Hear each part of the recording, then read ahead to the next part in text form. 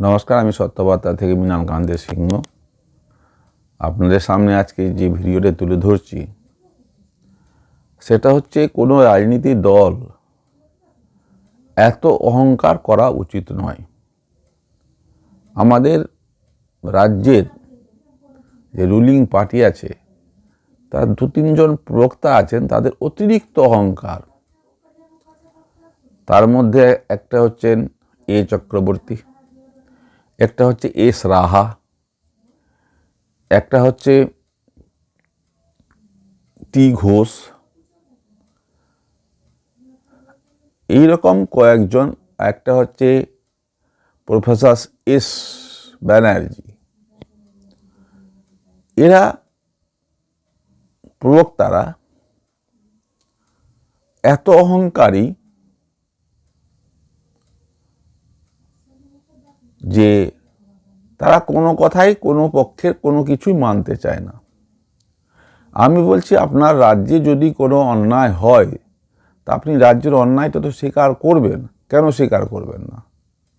আপনার রাজ্যে মার্ডার হচ্ছে তো স্বীকার করতে হবে, ধর্ষণ হলে স্বীকার করতে হবে। বিজেপি তো ভারত পশ্চিমবাংলাতে কোনোবার শাসন করেনি, তার তো আপনি সুযোগ পাচ্ছেন না তার এগেনস্টে রাজ্যের সম্বন্ধে কিছু বলার। তা আপনি বারবার যে ওই 4-10 বছর ধরে ওই একই কথা বলছেন, ইউপি, মহারাষ্ট্র, গুজরাট, কিন্তু লোকাল মানুষের এসব শুনতে ভালো লাগে না। আপনাদের একের পর এক হত্যা হয়েই যাচ্ছে, একের পর এক ধর্ষণ হয়েই যাচ্ছে, এটা আপনাদের মেনে নিতে হবে, মানতে হবে যে ভুল ত্রুটি হয়েছে আমাদের।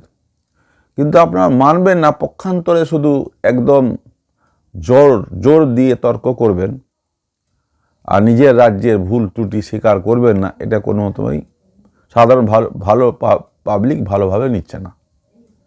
এবার আপনাদের প্রবক্তা একজন সংখ্যালঘু সম্প্রদায়ের কে যেভাবে আলোচনা করলো, তার দাড়ি আলগা, তার ইয়াই করে ছবি ছাড়লো, এটা কোনো সংখ্যালঘু সম্প্রদায়ের মধ্যে আপনাদের ভুল তথ্য গেছে।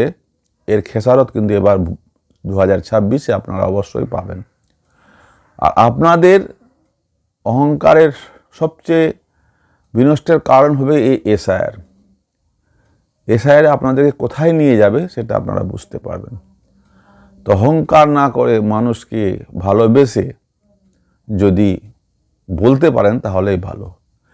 এখানেই আলোচনা শেষ করলাম আপনাদের এই ইউটিউবে ভিডিওতে। আপনারা সকলে আমার ভিডিও দেখছেন, লাইক, শেয়ার, সাবস্ক্রাইব করবেন। সকলে সুস্থ থাকবেন, ভালো থাকবেন। সকলকে প্রণাম জানিয়ে শেষ করলাম।